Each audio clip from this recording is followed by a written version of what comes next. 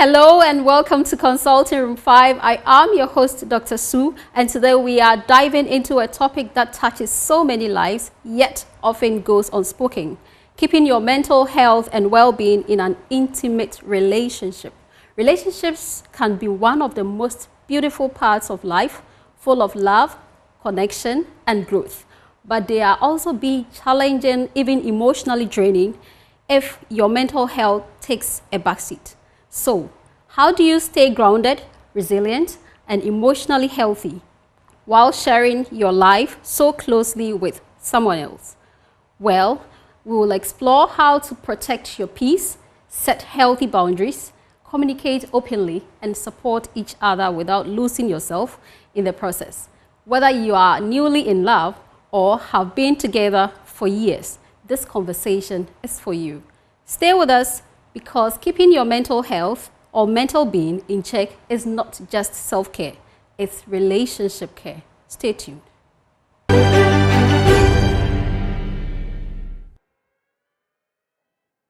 Welcome, we are in Consulting Room 5. Today we are diving into a topic in relationship, how we keep our mental health in an intimate relationship. It's an interesting topic. And we have a very beautiful guest. She's Miss Boakeyewaa Glover. She's a writer, organizational psychologist, and a mental health advocate. She's the founder and group head of Minds on Fire Group and serves as director at a national law enforcement agency in Ghana.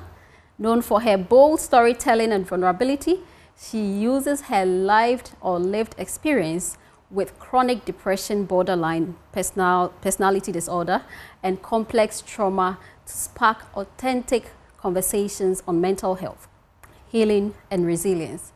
Boakeyewaa is the creator and host of the Boakeyewaa Glover show and a regular guest on JoyNews network and other leading platforms. Miss Boakeyewaa, you are welcome. Thank you very, very much, Dr. Sue. So before we start, let me just do a little advert. This program is brought to you by Unicom Chemist. Do you have a sore throat or dry cough? Don't let it slow you down. Reach for Lozati lozenges.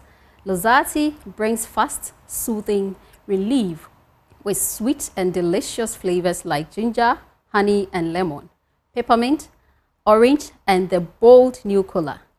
Are you watching your sugar? We've got you covered with sugar-free strawberry and sugar-free propolis. Perfect for people managing their sugar levels, whether you are talking all day, working outside, or need comfort on the go. Lozati is your reliable companion. It's available now in all pharmacies and shops nationwide. Lozati lozenges, reliefs that works, flavors you will love, and options that care. Hi. Hello. Oh, Miss Boakeyewaa Glover. Yes, So I would prefer to call you Boakeyewaa. You're fine? Oh, yeah, Boakeyewaa is fine. Okay. So I love the way you are so bold with your stories. I mean, your lived experience in psychology, depression, and all other things. Can you tell us a bit about the things you have been through? Yes. Thank you very, very much. And just so that people know, I became this more open through the help of my own therapist. Okay. But let me share just very briefly my background and context. Okay. So my father lived with schizophrenia. So mental health was something that I became aware of very, very early. Which is what made me go and study psychology to begin with. At what age did you realize your father had that condition? I must have been, well, I knew he was not well from about age of 6. But learning what condition it was or having a name for the condition came much later when I was in my 20s. Okay. But I knew he wasn't well. There are a lot of factors surrounding that. And then, so I studied psychology. First, I wanted to be a lawyer like him. But I decided that maybe studying psychology would be a much better thing to do. So I can understand him and others like him. Okay. But I chose organizational psychology, which is really the psychology of people at work. Because I think the WHO states that we spend about 70 to 80% of our waking lives at work. Right. So the work environment is very important. Right. And then in my 40s, a bit late in life, I was also diagnosed. with a few things. Okay. Because everything got very overwhelming and heavy for me. And I had entered into a relationship. So sometimes your mental health is revealed through relationship dynamics. So I went to therapy and I was diagnosed with... At what age did you enter into a relationship? I mean, I'd been in relationships on and off for most of my adult life. Okay. But this particular relationship was when I was 43 or 42. Okay. And so it was around the same time, I think about a few months after I started the relationship. It was a very challenging relationship for me because we're so different. And so I decided to go to therapy. And through therapy, I was diagnosed with something called borderline personality disorder. And I have the... What is it about? So borderline personality disorder is a disorder that affects how you interpret things within you, your emotional regulation. You have very severe fears of abandonment. You feel things deeply. And maybe to put it simply, your maybe emotional pain level may be here. Someone with borderline, it would be here. It is known as the most painful mental illness in the world. The most painful mental illness. If you Google borderline personality today, Wikipedia, Google will all sort of let you know it's the most complex and painful mental illness because of the emotional pain that the sufferer goes through, which is unlike anything anyone else may feel. So let's pause here. Can you, since you experienced it, can you give us a few statistics about that? Yes. Yeah. Yes. So borderline personality disorder, actually, the prevalence of it is twice schizophrenia and bipolar. But a lot of people are more familiar with schizophrenia. There's more funding and knowledge about that. Yeah. And more people are familiar with bipolar. Right. And borderline is often not spoken about or known, but it is twice the prevalence, which means more people get borderline personality disorder than they do schizophrenia. Or so how would one know? How would one know that the person has? Yeah. Yes, borderline requires you to be assessed and diagnosed by a professional. Okay. There's 9 criteria, and you need to meet at least 5 to be regarded as having the diagnosis. Okay. And some of the criteria include you have very severe fear of abandonment. Self-harm is one of the things that they may be looking out for. And sort of like your self-identity, how you perceive yourself. Okay. There's just a number of criteria that you would need to meet before you are diagnosed with borderline. But it's important that this is done in a clinical or professional setting. So how would someone be diagnosed? What will let somebody go to a hospital for? So maybe talking about my own experience. Right.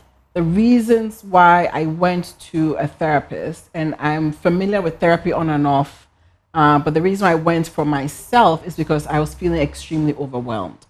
I couldn't really handle my emotions. I was crying a lot. Everything just felt extremely painful. I just wasn't feeling like myself. I was just completely overwhelmed. And I've spent my whole life or career being what they would call high functioning. So performing, working very hard, producing, like a type A, like a go-getter. Like I'm trying to get everything Perfectionist. done. Perfectionist. Everything has to be a certain way, very structured.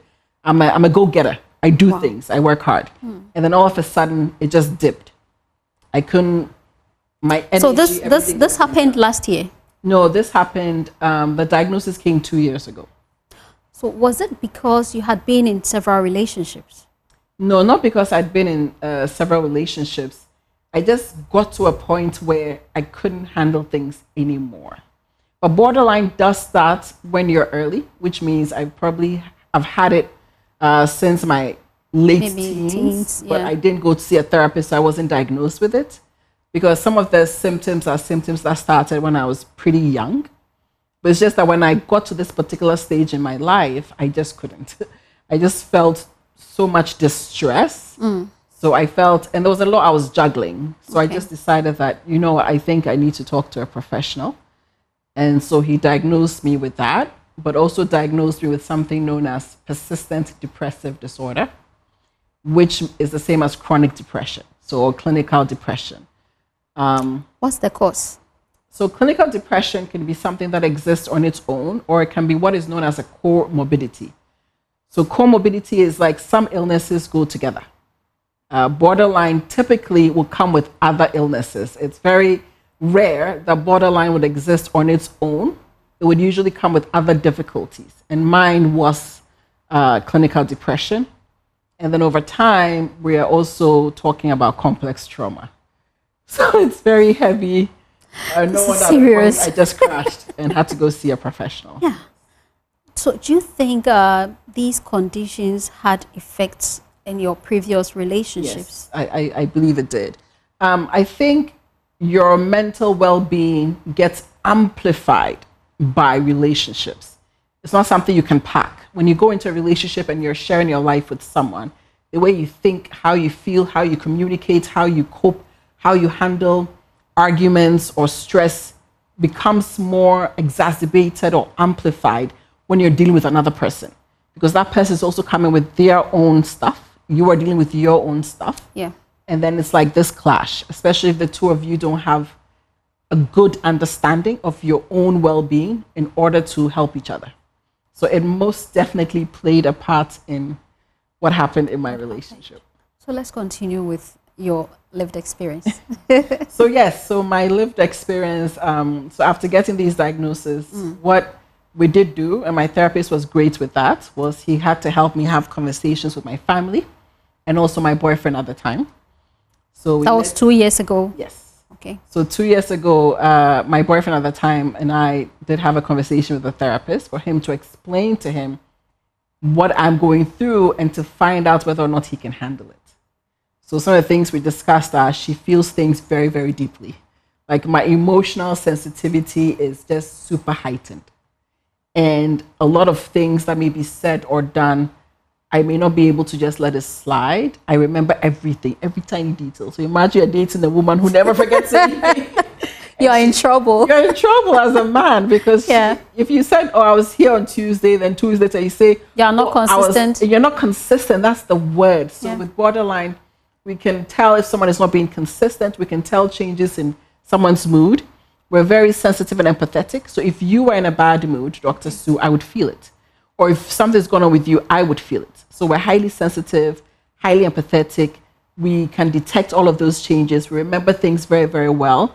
And then we project it onto ourselves. So my doctor had to explain all of this to my then boyfriend. And, you know, he said he could handle it. But unfortunately, he couldn't. He couldn't. Oh, too bad for him. Yes. Thank you for saying that. Yes. Okay. And then, so a year ago, so as I'm sitting here recording this, it's quite a challenging time for me because a year ago, he sent me a text. And in the text, he said, I'm done with this relationship.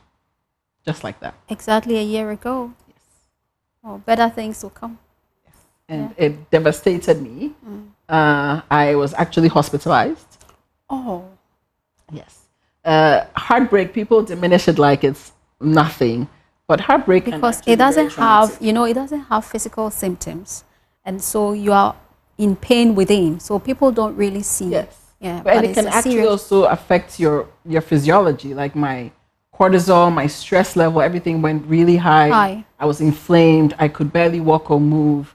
I ended up in the emergency room.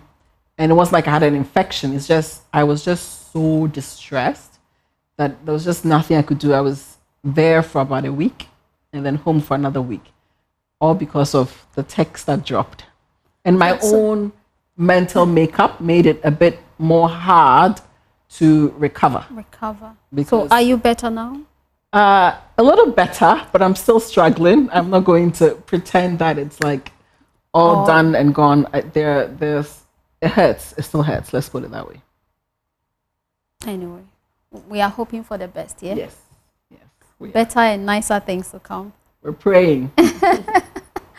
So that means that's a Broken Heart Pro Max. Yes, yes. Especially with my condition. That's right. The thing. If you read about borderline and depression, we love so deep. Like I can't even begin to describe. Give your all out. We give our all. It's not like 50-50 type of thing. We're very loyal, very dedicated, very committed, very faithful, all of that. So when that abandonment happens, you feel like your whole identity is crashed. You feel like you're done. Which is why, I mean, this topic that you're having is so critical because a lot of people in relationships don't quite realize the impact that their own mental health has on themselves and another person. So that self-awareness is so important, that you know who you are, you know what's going on with you, and then you also need to understand the other person in order to give grace. If you don't mind me adding, I think grace is something that is very missing in conversations. That grace, that compassion and kindness for a human being or for your partner, to know that they are not perfect. In my opinion, these days, everyone wants easy. They want easy relationships. The minute there's a bit of stress, the minute there's a bit of conflict, and I don't mean to stereotype, but I think the men especially just want it to be easy. They want a woman who won't stress them, who would chase them, who would. But do you think your temperament had some effect? So my temperament is more of so my borderline type is what they call the quiet type. I keep things inside. So the temperament. And that's dangerous. Yes, it is. And so by the time you want to say something, the way it will come out may be a bit challenging for the other person to hear. And so, yes, I think my temperament, his temperament, both had a part to play in this. My temperament being that I was very, and I admit this very easily because self-awareness is important, I was very clingy. I was very anxious. I wasn't confident. I may seem like a confident person, but in the relationship, I wasn't confident. I needed a lot. You were the vulnerable one. I was the vulnerable type. I needed a lot of like validation and reassurance and communication. Whereas he was the type that we would call it an avoidant type. He likes his independence and his space, doesn't communicate very well. His emotional maturity wasn't quite there. So those were the two temperaments. I'm highly emotionally sensitive, and I need that closeness, and I need that touch base. And he's like, he can go a week if he hasn't seen you or talked to you, he's fine. But with me, I sort of need to feel that we are in a partnership. And I think with two different temperaments like that was always challenging from the start. So with your experience and the background as a psychologist, why do you think it's important for us to keep our mental health in terms of being in a relationship? Yes, it's crucially important because your mental health literally dictates how you will show up or engage in the relationship. In my personal opinion and professional opinion, I don't think you can have a healthy relationship with someone unless you have a very clear understanding of your mental health, your mental well-being, how you engage, how you communicate, what you like, what you don't like. Without that, you can't engage in a healthy manner with someone. And I use the word healthy because a lot of people have relationships, whether the relationships are healthy or not. But I'm talking about real healthy relationships and partnerships. It requires both parties to have a very good sense of their mental health. So does it mean any relationship, like if we have to go into a relationship, you need to be assessed first to know? I wouldn't say you need to be assessed first. Right. But I would say that to me, and this is another very, very important thing to make, mental illness or mental health is not just about dysfunction. Okay. It's not just about psychosis. It's not just about hearing things or talking to yourself. Mental health is about how you show up and how you cope in life. So just because you go to a therapist does not mean you'll come out with a diagnosis or end up in a psychiatric hospital. Going for therapy is learning tools. It's like going to the gym. Honestly, that's my personal opinion. If you go to therapy, it's like going to the gym to learn how to keep yourself in shape, how to eat right, learn about your body. In the same way, our mind is our biggest tool. Yeah. Our mind is our biggest Yeah. tool. It controls everything. Yeah. So it's very important to understand the mind-body connection, to understand how our mind influences even the choices we make, the food we eat, everything. So I wouldn't say like going for assessment, but there's nothing wrong with going to therapy to learn about yourself. Therapy helps you know, who am I? What do I like? What don't I like? What type of partner would be best for me? How do I communicate? Am I dealing with some past things? Must it be a younger relationship or people who have already had some relationships before? Oh, anybody. I think anybody, whether you're new to dating or you've been dating for a while, or you're married, I think it's very beneficial, and I keep starting with to know yourself. Right. It's very beneficial. If you're sitting there, you don't have a good sense of how you are and your mental makeup or your emotional makeup, it can be very problematic to then have healthy relationships. We must know ourselves. Like if someone says, how do you communicate or how do you handle conflict? I would say to anybody dating, it's very important to know how you handle conflict and also find out from your partner, how do they handle conflict? Some people, they can't have conversations. They might theoretically tell you things, but when the reality sets in, it's a different thing. And that's why there was a thing I watched, or a video I watched, and it was a man talking about he's learned skills at work. He's learned skills here and there. What's wrong with learning relationship skills? So skills help you cope when a crisis or difficult situation hits. So it's not just words that you and your partner will say to each other, but it's important to learn actual skills. Learn how to manage yourself or repair when you've had an argument. Because most of the time, I'll tell you this, when a breakup happens, it's not because of lack of love. It's often because of lack of that ability to cope with whatever distress happened in the relationship. People walk away even when they love each other because they just couldn't. And when someone says, I couldn't, it just means they didn't have the tools to be able to handle what was happening. How do we get the tools? Yes. So Pick there are one. a couple of ways to get the tools. Right. I'll put therapy there, but let me just start with some other ways. Some of the ways to get the tools is to learn, is to read and learn, whether through books or podcasts for yourself. So what kind of learning? the kind of learning is digital learning can be one kind of learning, or there are books. So you can buy a book on emotional regulation. Okay. There's a skill I've learned. I didn't learn it from my therapist. I learned it from AI and other tools. And that skill is called Wise Mind. So Wise Mind. It's Mind. Yes, it's recent, so I can share that. Wise Mind talks about each person has an emotional mind and a logical mind. It depends on which one you're using. So an emotional mind is you're tapping into your emotions in order to respond to something. Your logical mind means it's tapping into facts. You're pure factual in order to tap into something. But you need that combination. Yes. That combination is called Wise Mind. So let's say you're having an argument. Right. You need to be able to learn the skills such that you don't bring your full emotional mind or your logical mind. Imagine if you and someone are having an argument and they say, on this date or this, they're just pure facts. They miss that empathy. Or if they're too hyper emotional and they're not listening to reason, then they can't really resolve the matter. It is when you tap into both that you can truly resolve or repair an issue. So when I say learning, there are different ways of learning. And if you wish to, you must learn. So the different ways of learning, we'll talk about it after the short break. So we are with Ms. Boakeyewaa Glover, who is a psychologist, organizational psychologist, and she has lived experience in relationships, issues, and mental health issues, a whole lot. And she is sharing her past experiences, what she has learned, and then we are having a discussion on how can we keep our mental health in an intimate relationship. She's sharing a lot, and we are enjoying it, right? So after the commercial break, we will look at the tools that we can use in managing our mental health in our relationships. Stay tuned, don't go anywhere. We'll be right back.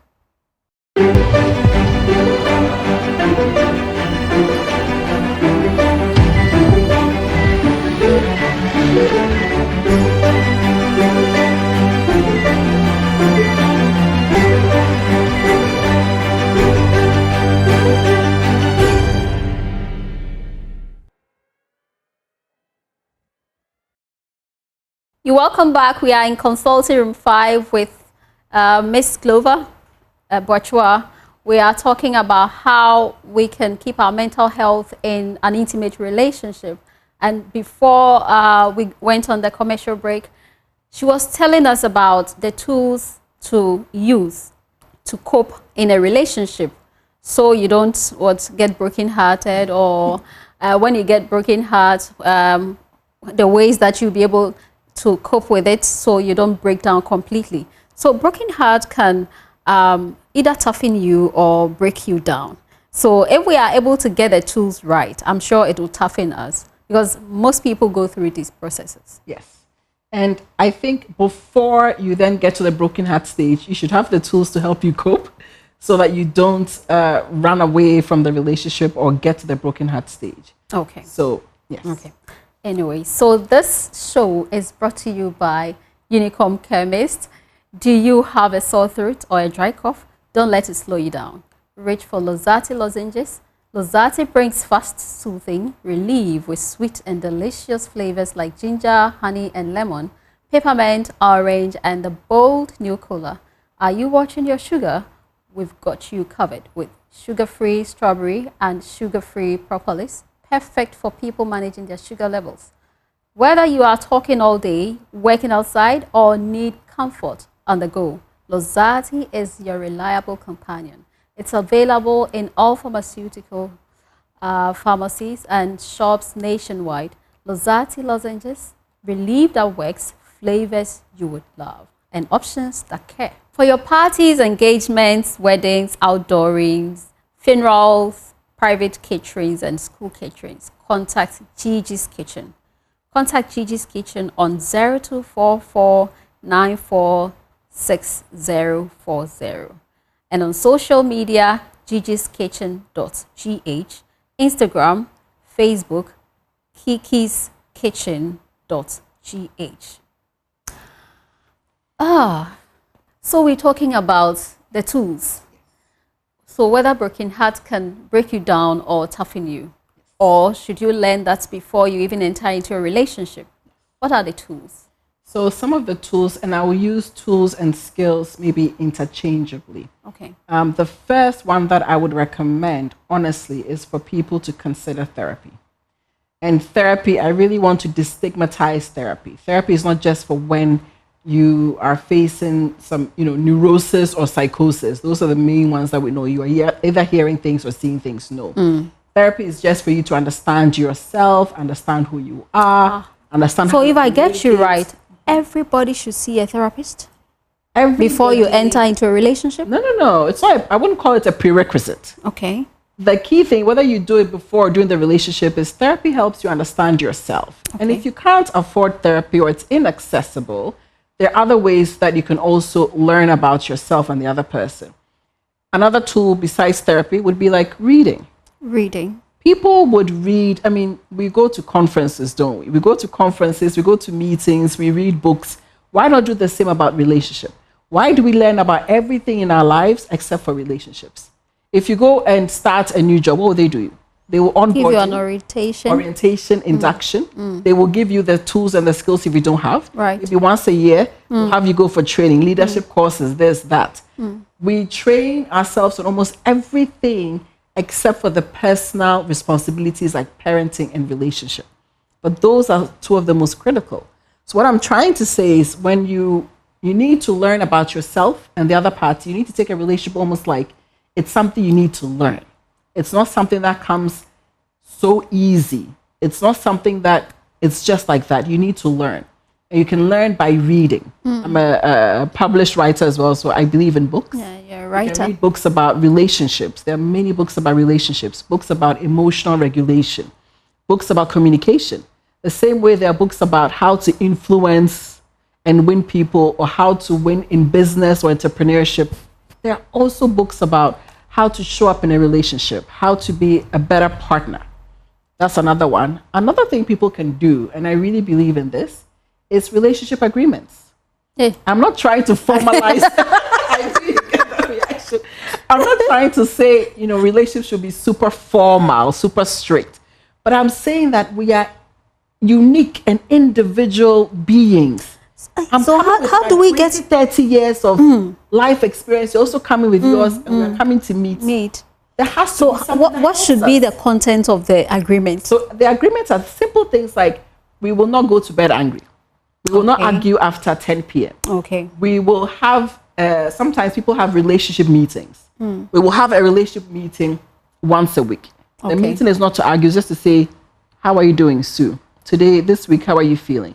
How am I affecting you? Is there anything I've done this week that you would want me to look at? And the same is asked of the other person. So Boakeyewaa, something happened this week. I've been mulling over it. I want us to discuss. you're creating a safe space to have difficult conversations instead of the difficult conversations creeping up on you. Because our fights happen like that. Yeah. But instead, you're carving out time to say that once a week, we'll sit down, have a timer. We are not going to bring up accusatory things, but we're just trying to help each other. These are all parts of relationship. But you saying date night. So okay, so by you saying, oh, you did this I didn't like, isn't an accusation? No, it depends on how you say it. So you shouldn't say you did this I didn't like. You should say this happened and this is how it affected me. So that brings down the accusation level. So what happened this week, Dr. Sue, is you this and that happened. Remember, we're talking. This is how I felt. You probably didn't intend for me to feel that way, but the way it made me feel was I felt unseen. I felt like you were not hearing me. So, and these are all parts of skills. You must learn how to communicate. So you use less of you did this, you this, and more of this is how I felt. This is how I interpreted it. So it's more about your reaction and less about the person did something to you. Don't you think it's too much of a book-long kind of relationship? Yes, but no. Yes and no. I think relationships require a bit of structure, a bit of support, a bit of skills learning. There's the love part, but love alone is not enough. Yeah. Even imagine as a parent, and I'm a parent, you may love your child, but the love alone is not enough. You need structure. Yes. You need discipline. Yeah. In order to help them grow and become good, responsible adults. And I'm saying that the same way for relationships. We can't just go with, oh, let's see how it goes. A lot of people are like that. Oh, let's just see how it goes. Let's just take it one day at a time. But why? If you want a healthy, sustainable relationship, you must recognize that you are different human beings. So you need some support. I wouldn't call it book long. I would just call it support. Think of it as supportive tools to help you have more compassion, grace, and empathy for another person that you love and who also loves you. Love alone is just not enough. So what are the red flags that one may see or one may encounter that you think may lead to an abusive relationship? Yes, that's a very, very good question. I think the red flags may differ, but some of the main red flags I would talk about is communication. So how someone talks to you. It's not just about what they do, but also how they communicate with you. If they berate you, if they snap at you, if they're always accusing you, if they don't listen to you. Communication skills it's one of the fundamentals of a relationship, communication. So the depth and context of that communication, how does that make you feel? Does the person uplift you with their communication? Do they listen to you? Do they help you? Or is it a constant bringing you down with their communication? So that would be one of the red flags, is how they communicate with you and how that communication makes you feel. And the second red flag would be how they handle conflict. Okay. People who can't handle conflict, it's a problem. And sometimes it means they avoid you. They won't talk to you. They won't see you for days or weeks because they don't want to have difficult conversations. But difficult conversations are required in a relationship. It's just fundamental. So how the person handles conflict, do they get physical with you? Do they get very extroverted or vet with their emotions? Do they withdraw? Both are not good. Somebody being overtly emotional or someone withdrawing, they're both not good. There has to be this balance. So someone who uses a conflict to beat you down or to ignore you, that is a red flag that you need to be careful of. And then maybe the third red flag that, and I'm talking more of the generic red flags versus person specific, is someone who does not have a sense of themselves at all. How? So when I say a sense of themselves, they just sort of don't know what they're doing or where they're going. They have no direction. If someone doesn't have direction, they really cannot be a helpful partner. And I'm not talking about a partner who just does for you, but a partner you need to exist independently as well as together in a relationship. And if the person's independent existence is at risk, they cannot be a good combination. You sort of need someone who behaves or seems like they know where they're going, they know what they're doing. And even if they don't, they're trying to learn. But someone whose sense of self or independence is very at risk will either be extremely clingy or they just will be codependent. We have things we call trauma bond, which means they just can't handle themselves. So they either depend on you for dear life or they don't need you at all, or it's then you're like babying them all the time. You're babying them all the time, or you're mothering them. We have women that sometimes are either mothering the men or the men are treating the women like their daughters. Eat today, do this today. Like the person go here, go there. No sense of direction as to their life. So it becomes your responsibility to coach them. No, you must come independently and then you come together, and that forms a much stronger bond. And that was one of my weakness, is that I wasn't strong on my own. Okay. So I ended up being very dependent on the other person. And was it this recent relationship? This recent relationship. Okay. It's too much of a responsibility when you need someone to feel validated. And that was part of my biggest issues. I needed someone to tell me some take advantage, you know, some take advantage of these kind of yes, and they'll tell people what to do, what to wear, what to eat, all of that, because the person just doesn't have that gravitas or independence or sense of self. So it's very important that if you're dating someone who just doesn't seem to have a strong sense of self, that's a problem that's going to come your way. Well, anyway, let's go back to the tools. Yes, so you talked about reading, agreements. About reading, therapy, relationship agreements. Another tool that really a lot of people don't use is what I call routines, relationship routines. So doing very simple things like you could take a walk together once a week. You have no idea how that helps to form better bonds. When you move together or you exercise together or you take a walk together, it's those walks that will help you really combat a lot of things. So relationship routines could be, maybe we'll do date night once a week, or we'll try and travel once a year, just us, no kids, nobody else. Or we'll do something that's meant for the couple, because a couple needs to continue to work on the relationship. If you leave it without effort, it will die. So relationship routines help you build structure and routine to help keep the connection. The connection will not come alone from attractiveness. Because it will die off. It will die off. So you need to build, you need things like cement to help keep you together. On your own, if you don't do some of these things, it will be very, very difficult. So you should be intentional about this. That's the word. Dr. Sue, you've said the key word in life, intentionality. Everything needs to be purposeful and intentional, and not just, let's see how it goes. The way I don't like that, let's see how it goes. We have to. So if it's even falling off, let's see how it goes. Yes, intentional is the word. Let's be intentional about our own health and about our intimate relationships. So I think those are good starting tools.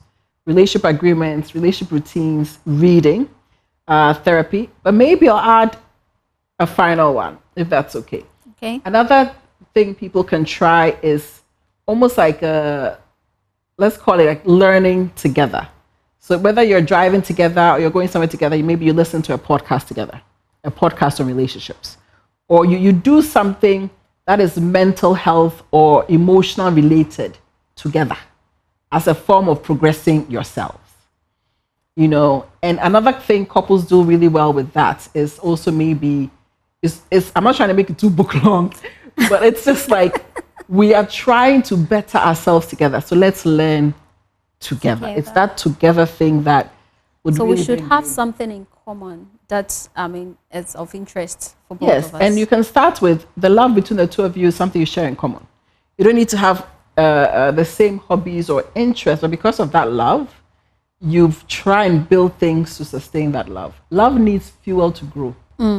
So we need to fuel our loves. Yes, you need to fuel your love. But don't you think most of the things you are talking about is more theoretical than practical? No, it's practical. It works. Really? It works. These are getting podcasts, the buying books, reading. That's why I use the language healthy relationships. As a doctor once said, there are a lot of people in relationships, but they're lonely or it's unhealthy, but they're just staying. But if you truly want a long-term, lasting, healthy relationship, these are just some tools to help. And it doesn't mean that this is the only way. All I'm trying to say, the premise of it is the word you use, that when you're in a relationship, be intentional about each other. be intentional about what you do to keep the relationship together.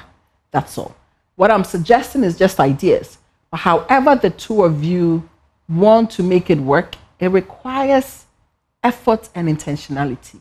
A relationship will not be successful by chance. Let's see how it firmly goes. don't believe that by chance you've done nothing and then You're not putting in any effort. You're not learning how to communicate. You're not treating each other with respect, and then it will just be healthy. So this issue about you're both together, and then everybody has their own phones. They are just on their screen, typing. So you are together, but away from each other. I see this so much. I see this when sometimes you go with a group to restaurants or to events. You see the man and the partner, and they're both on their phones. They're not talking to each other. They've not learned how to communicate, but they are together in a relationship. But there is no connection. For all you know, they might even be chatting with other partners. Yes, whilst they're sitting next to each other. That's so pathetic. And these are the things that, I know it sounds so formal, but these are things where you can tell each other that when we are at dinner or when we are at the table, we will not be on our phones. We'll put our phones down and we'll interact with each other. It can be one of those mutual agreements that you have. But I think it's important to do things more intentionally. And the reason why, if you don't mind me adding to this, there's something called attachment theory. Maybe I'll make that the last skill I want to talk about. We all have different personalities and temperaments. But attachment theory talks about how do we show up in a relationship and how do we interact with the other person. And there are 3 or 4 attachment types. And so I think it's very important for people to learn their types, learn the impact of their types, and how they can manage themselves, and how they can also learn about the other person. I have the type called the anxious attacher, which means when I'm in a relationship, I'm very anxious. I'm anxious about where you are. You have not called me. Isn't that too much for the person? That's what I'm saying. So when you're anxious attachment, it is not a positive attachment style. And then there's another attachment style, which is avoidant. Avoidant means they don't like engaging. They're really into their space. They don't know how to communicate. Every time there's an issue, they avoid it. They step away. That is also a negative type. And then there's the type that they're almost like very neurotic. Then you have what you call the secure attachment type. So secure is they know how to be independent and also know how to be a partner. So these are all very accessible tools and knowledge. What is it about the neurotic part of attachment? So you can have some people who attach in a way where it's very, they call it disorganized. It's a very disorganized form of attachment. They don't quite know what they're doing when they're doing it. So they sort of bring that burden to you. And they can be 1 minute avoid you, 1 minute they're attaching. It's just, you can't even predict what is going to happen. It's very, very unpredictable, very, very disorganized. That's what I'm calling neurotic attachment. Neurotic attachment. Is it your own word or there are words that? Oh, it's sort of my own word, but the official word is disorganized attachment. So there's the anxious, my type, avoidant, disorganized, and secure attachment. At what point would you see that a relationship is toxic? Ooh, toxic. That's a word that has been coming up a lot lately. Red flags and toxic. Red flags. This is a red flag. I'm in a toxic relationship. But can I say something though before I talk about what makes it toxic? Okay. I also feel like people are using some of those terms in order to avoid working on a relationship. If I might be very honest, I think people are abandoning people and abandoning relationships a bit too early because they are seeking peace. And so peace of mind. So anything small that seems like my peace of so mind. much like my peace of mind, too toxic, red flag. But it means we are not working at it. And working at it. That's one of the important tools or skills is repairing a relationship. Every relationship will have conflict. But a toxic one, even though it's an abused term in my opinion, toxic means maybe there's some form of abuse. There's lack of cohesion, lack of partnership, lack of respect, lack of dignity.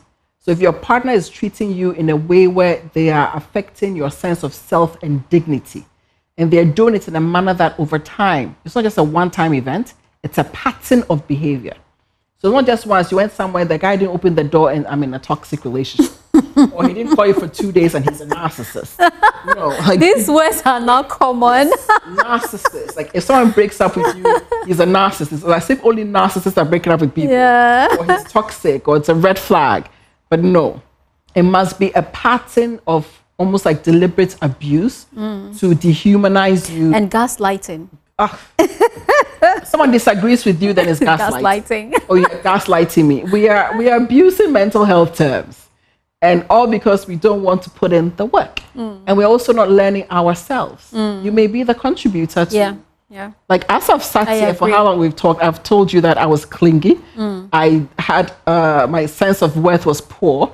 I was too dependent. That's I think you got to know all these because you sought for help. Because I sought for help. If I didn't, I could have walked out of that relationship thinking that he was you were the best. I was the best. I did nothing wrong, and he dumped me by text. He did some things wrong. I also did. Right. I think the text breakup to me is cruel, is disrespectful. Yeah. And his avoidance nature to make things difficult. But I'm owning my part, which is I was too clingy. I was too needy. I was seeking too much validation.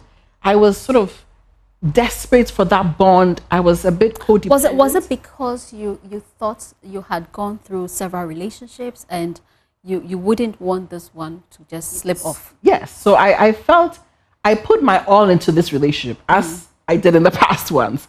But this one, it's because I'm in my 40s. And I wanted this to be, I'm settled. And we used to talk about that, like this is going to be it till our 90s or whatever. So but also because my mental makeup, I didn't have a strong sense of self. If I was more confident, if I was more strong, I think I would have been able to handle things better versus always needing to know, oh, you haven't called me, you haven't texted me, I need to hear from you. Are you still talking to your ex? That's how I was. Who are you talking with at this point? Yeah. And that is not healthy in any relationship. Sure, the other partner should reassure you, but they cannot constantly be reassuring you. Sure, the other partner needs to be consistent in their communications and engagements. They can't abandon you for like a week, and my partner could sometimes do that. And for a whole week? Oh. Wow. He cries like nothing. Does he have that avoidant tendency? Because he doesn't know how to engage. He doesn't know how to have difficult conversations. And I was always craving conversation. So the women who, he's a narcissist, red flag, toxic. I think we need to start with ourselves. Okay. And reflect. It doesn't mean there aren't bad partners out there, but we also need to ask ourselves, why am I dating these types of people? What is it about me that is making me drawn to or attracted to people who are red flags? In everything, you need to start with yourself and understand yourself and understand how you show up in a relationship. But you advise that we go for therapy. So if it's working, why wouldn't you allow yourself for the therapy to work on you so you move on? You see how there are some women who decide that they never want to have children. They just never want to have children. They want to have a life free of children, either because they don't want to go through the pain of childbirth, or they don't want the pain of raising another human being and being responsible for another human being, or maybe they've suffered miscarriages or something. There's something psychological that makes someone decide that I don't want to have children. And again, I don't know what the future holds. Where I am right now is I feel so much pain and fear that I don't want to date again. The thought of it scares me, that I would actually love someone, give them my heart, and then because I don't see a lot of people learning certain things, learning how to communicate, learning how to engage, learning how to show up. And the likelihood of finding a partner, a man, who is in his 40s or 50s, my age, who is single, who is emotionally sensitive and mature, who knows how to communicate. Your specification. Yes, because of the things. High specs. I have mental illnesses. I need a man who understands, who knows how to be patient. Because you might think it is me doing something, but I'm going through depression. I'm going through BPD, borderline personality disorder. I have complex trauma. A man who knows how to be gracious and understanding and patient and know how to manage himself and know how to be with you and support you, even as you're going to therapy, would be so rare. to me, it's like I'll be digging through scorpions to find the teddy bear. Yeah. I don't want to be bitten by it sounds four so more unreal. scorpions before I find the teddy bear. How old is your son? He's 12. 12. Don't you think your condition may affect his upbringing? No, so because I'm in therapy, and he's also in therapy, because he also has his own stuff. So we help each other, we support each other, we're very open and transparent with each other. I'm trying to bring him up to be a very emotionally aware and respectful and sensitive child, and not be the typical masculine, don't cry type of thing. And I tell him to express his feelings. So I think my conditions have helped him with his situation because I'm more sensitive, and I'm bringing him up to be more emotionally aware and sensitive as well. Boakeyewaa, listening to you, it looks like I was expecting, that there will be hope after whatever happened. But it looks like you're telling my viewers that there might not be any hope, or, how you feel should, determine what you want to be or what you have gone through. What advice would you give? Since you're a psychologist, even though you have lived experience, but experiences in Please, thank you for helping me to redeem and to end on a more positive note. Yes, a note of hopelessness. No, it is not hopeless. I think my positive note takeaway would be that we need to have a lot of grace, compassion, patience, and understanding for each other in intimate relationships. We don't know what the other person is going through. Yeah. So let's learn about ourselves, let's learn about the person, and let's just be understanding.